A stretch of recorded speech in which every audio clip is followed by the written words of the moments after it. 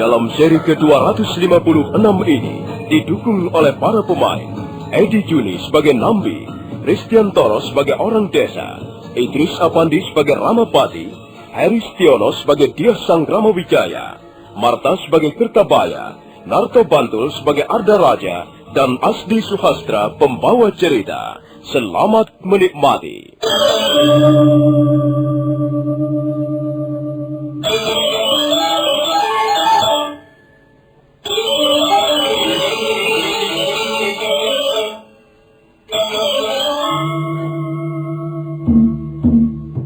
Setelah melihat prajurit-prajurit Kediri kocar kacir, Arda Raja melarikan diri. Malam itu dia bersembunyi di rumah kediaman kepala desa Canggo yang bernama Kertabaya. Dia Sang Ramawijaya dengan didampingi Nambi dan Sang Ramapati, dengan dikawal beberapa puluh orang prajurit Majapahit, mengadakan pengejaran. Mereka tiba di pinggiran desa Canggo. Semula mereka merasa ragu-ragu untuk meneruskan perjalanan. Tapi mendadak, ada seorang warga desa datang memberikan laporan. Hei Pak Tua, siapa kau ini? Mengapa kau kelihatan terburu-buru sekali menemui kami?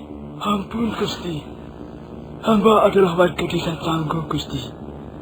Hamba ingin memberikan laporan pada Gusti Sang Ramawijaya. Ya, ketahuilah Pak Tua, yang sedang duduk di atas punggung kuda di antara kami inilah Gusti Sang Ramawijaya. Benar Pak Tua. Apa yang akan kau laporkan padaku? Ampun Gusti, apakah Gusti sedang mencari prajurit-prajurit Kediri yang melarikan diri? Benar. Kami sedang mengadakan pengejaran terhadap prajurit-prajurit Kediri yang melarikan diri. Kami kehilangan jejak di desa Rabut Jarak. Apakah kau melihat mereka, Bapak Tua? Hamba melihatnya, Gusti. Hamba melihat mereka. Sekarang ini mereka bersembunyi di rumah kediaman kepala desa Canggo. Apakah kau tidak sedang mendustai kami, Pak Tua? Ampun, Gusti. Hamba tidak berani berdusta terhadap Gusti Sang Ramawijaya. Keterangan yang hamba berikan adalah yang sebenar-benarnya, Gusti. Agaknya dia bisa kita percaya, Gusti Sang Ramawijaya. Iya. Sekarang tinggal terserah pada Gusti sendiri. Bagaimana Paman Ramapati? Memang barangkali Arda Raja tidak terdapat di antara mereka itu, Gusti. Tapi sebaiknya kita tanyakan langsung saja pada lurah desa Canggo. Kalau begitu baiklah. Ayo, kita teruskan perjalanan. Terima kasih Pak Tua. Ya Gusti, silakan.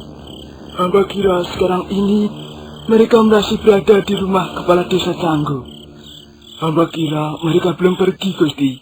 Silakan.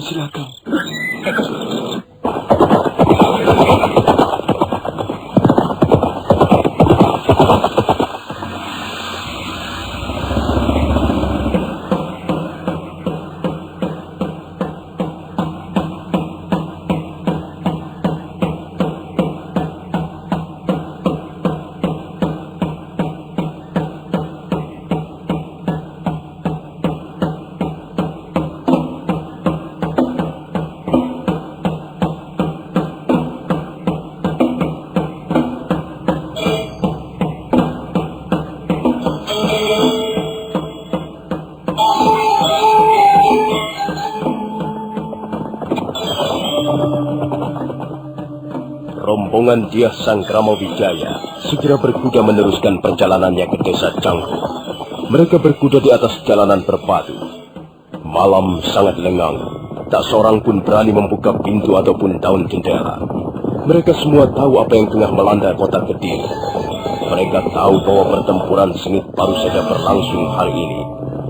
Setelah beberapa saat lamanya berkuda, akhirnya Diah Sang Ramawijaya bersama rombongannya tiba di halaman rumah kepala desa Canggo.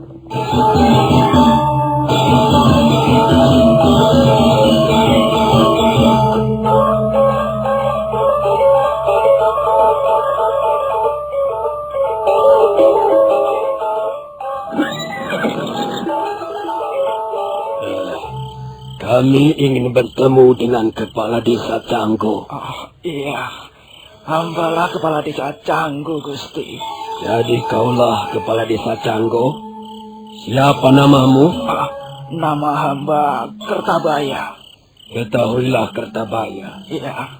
Sekarang ini kau sedang berhadapan dengan Gusti Sanggrama Wijaya. Ki Agung yang berdiri di sebelahku inilah Gusti Sanggrama Wijaya. Oh iya. Nah, silakan Gusti. Terima kasih, Paman Ramapati. Begini, Kertabaya. Iya, Gusti. Aku sedang mencari seorang pelarian. Kuharap kau bisa membantu kami. Ampun, Gusti. Bantuan apa gerangan yang dapat hamba berikan pada Gusti Sanggrama Wijaya? Kertabaya, Iya. aku hanya ingin kejujuranmu. Sejak fajar menyingsing tadi pagi, telah terjadi pertempuran sengit di kota Kediri. Dan menjelang sore hari tadi, Kediri sudah runtuh. Apakah kau sudah mendengar berita ini? Ampun, Gusti. Hamba sudah mendengarnya. Bahkan hamba juga sudah mendengar bahwa Sang Prabu Jayakatwang sudah wafat. Bagus. Nah, sekarang ini aku ingin menemui seseorang. Orang itu adalah Arda Raja. Dia masih sanak kadangku sendiri. Apakah kau melihatnya, Kertabaya? Ampun, Gusti. Hamba tidak melihatnya. Kertabaya, tak ada untungnya kau melindungi orang itu. Lagi pula, dia bukan apa-apamu. Dan lagi, kau adalah seorang kepala desa. Kau tidak perlu turut campur dalam urusan besar ini. Lebih baik kau berterus terang. Nah, dengan begitu, berarti kau akan menyelamatkan keluargamu sendiri. Ampun, Gusti. Hamba memang benar-benar tidak melihatnya. Kertabaya, kalau kau masih berani berdusta, berarti kau harus berani menanggung akibatnya. Ampun, Gusti. Hamba benar-benar tidak melihatnya. Sejak siang tadi, hamba tidak pernah pergi kemana-mana. Kertabaya, Iya. sebenarnya kami tidak suka memaksa orang. Tapi kami sebelumnya sudah mendapat laporan dari salah seorang warga desa Canggu. Warga desa itu melihat ada prajurit-prajurit Kediri bersembunyi di rumahmu. Bagaimana ini? Keterangan siapa yang harus kami percaya? Aku tahu kesulitanmu, Kertabaya. Aku tahu kau pastilah orang kepercayaan Adi Arda Raja. Tapi kau sekarang harus menyadari bahwa junjunganmu itu sudah menjadi seorang pelarian. Tapi terserah padamu. Kau bebas menentukan sikapmu, Kertabaya.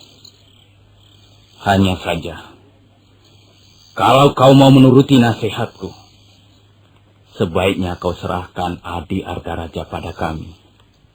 Tidak ada gunanya kau melindunginya. Rumah sudah dikepung. Tidak seorang pun di antara mereka kami biarkan lolos. Kertabaya, Iya, Gusti. kau harus bisa menggunakan akal sehatmu. Lebih baik kau berterus terang saja. Masuklah ke dalam rumahmu dan panggillah Arda Raja keluar. Katakan bahwa kami semua menunggu di halaman. Sudahlah Kertabaya. Jangan membuat kesulitan.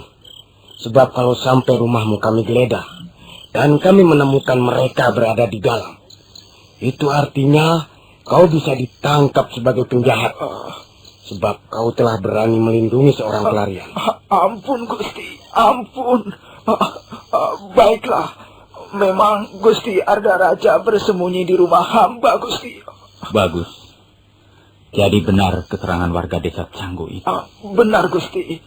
Warga desa Canggu itu tidak berdusta. Memang sesungguhnya Gusti Arda Raja bersembunyi di rumah hamba. Iya. Kalau begitu suruhlah dia keluar. Katakan bahwa Sanggrama Wijaya menunggu di halaman. Cepat, Kertabaya. Kerjakan perintahku. Baik, Gusti.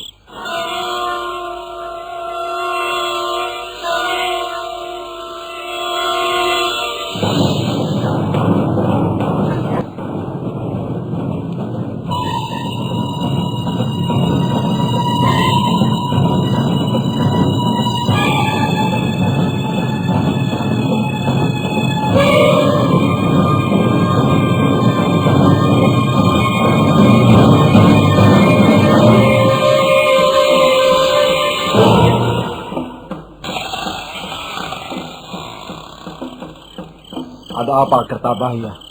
Mengapa kau mengganggu istirahatku? Ampun, Gusti. Apa yang ingin kau katakan padaku, Kertabaya? Aku mendengar orang-orang berkuda menuju kemari. Siapakah mereka itu, Kertabaya? Ampun, Gusti Arda Raja. Hamba terpaksa mengatakannya. Mengatakan apa? Apa maksudmu? Gusti Arda Raja ditunggu di luar. Siapa yang menunggu di luar sana? Gusti Sanggrama Wijaya berikut prajurit-prajurit Majapahit. Jadi kau telah mengatakan bahwa aku bersembunyi di sini. Ampun, Gusti. Hamba terpaksa mengatakan, Gusti. Hamba tidak mempunyai pilihan lain. Hamba terpaksa mengatakan bahwa Gusti bersembunyi di rumah hamba. Mereka telah mengancam hamba, Gusti. Dan rumah hamba sudah dikepung prajurit-prajurit Majapahit. Manusia goblok! Kau pun sama dengan kepala-kepala desa yang lain. Kau tidak berani berkorban untuk junjunganmu. Dulu, kau selalu memanfaatkan kedudukanku sebagai seorang pangeran pasti. Dan sekarang, setelah aku jatuh begini, kau berubah menjadi seekor tikus seturun. Aku sebal melihat tampangmu, Kertabaya. Kepala desa berjiwa tinggi. Nah, rasakan!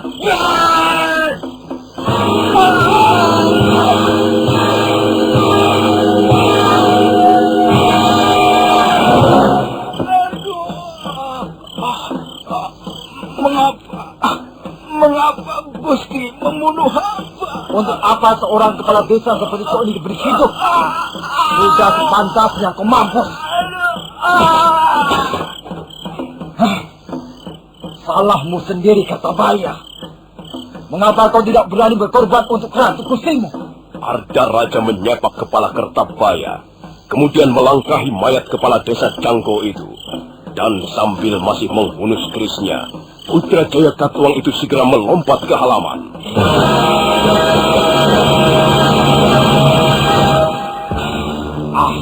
Menyenangkan sekali bisa bertemu denganmu lagi, Kakang Sanggrama Wijaya. Maafkan aku, Adik Arda Raja.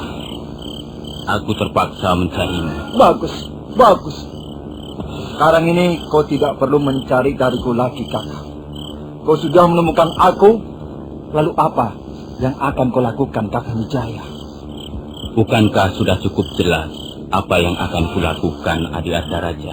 Coba, aku ingin diperjelas lagi, Kakang Wijaya. Baiklah. Aku hanya ingin mendengar sikapmu, Adik Arda Raja. Kediri sudah runtuh malam ini. Ayahmu Sang Prabu Jaya Katuang sudah terbunuh. Prajuritmu sudah kocar-kacir. Dan sebagian besar sudah binasa menjadi korban peperangan. Semula aku sama sekali tidak menduga. Seharusnya kau tidak perlu melarikan diri, Adik Arda Raja. Mengapa tidak perlu? Karena melarikan diri dari peperangan bisa dianggap berjiwa pengecut. Apakah kau tidak merasa malu kepada prajurit-prajuritmu yang terbunuh dan terluka? Aku adalah seorang pangeran patih, Kakang Wijaya. Aku harus menyelamatkan diri untuk meneruskan tugas-tugasku sebagai seorang pangeran patih. Jangan berhayal, Adik Arda Raja.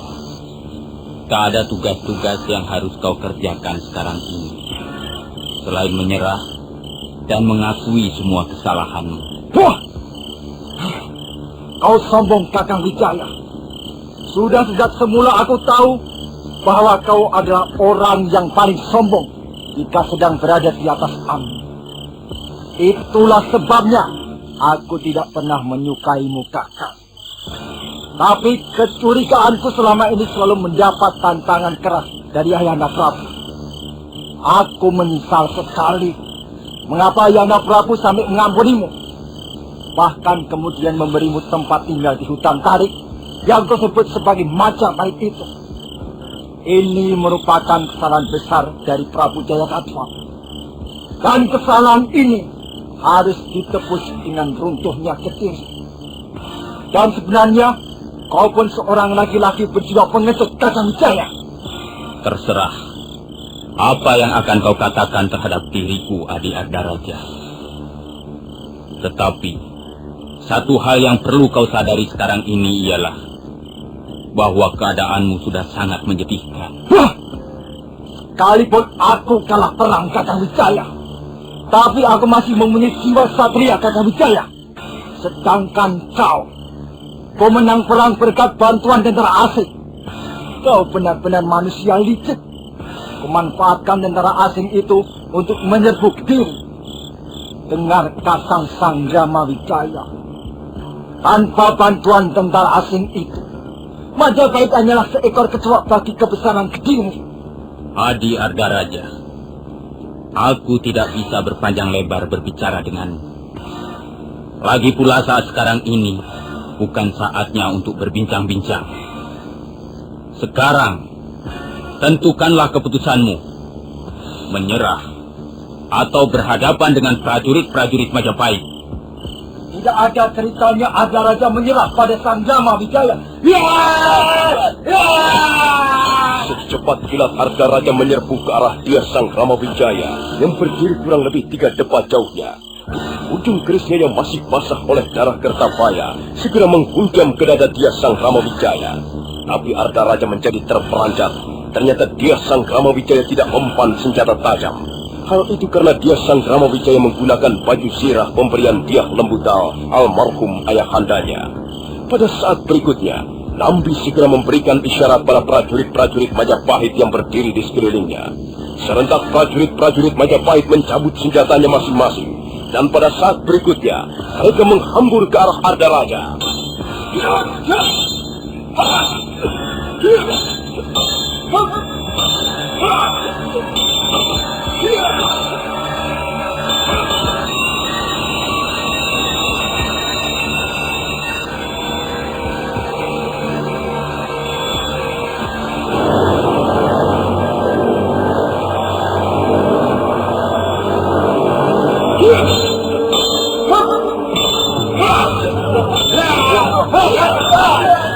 Ardaraja mencari kerepotan mendapat serangan prajurit-prajurit Majapahit yang datang dengan mendadak.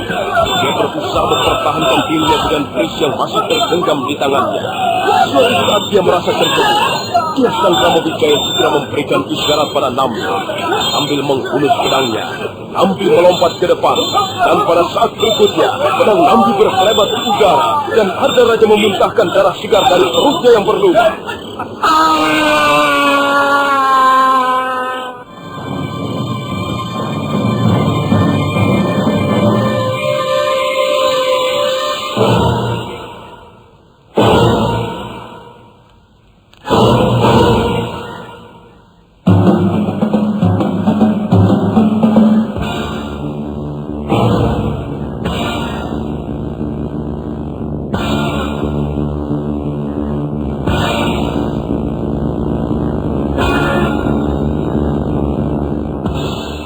Terjatuh dari tangan Ardaraja. Selanjutnya putra Jaya Katuang itu mendekap perutnya yang berlubang besar. Darah terus menghambur dan sebagian dari isi perutnya keluar. Ardaraja terhuyung-huyung sesaat lamanya dan sambil meringis-ringis kesakitan, bekas orang penting kerajaan Kediri itu roboh ke tanah.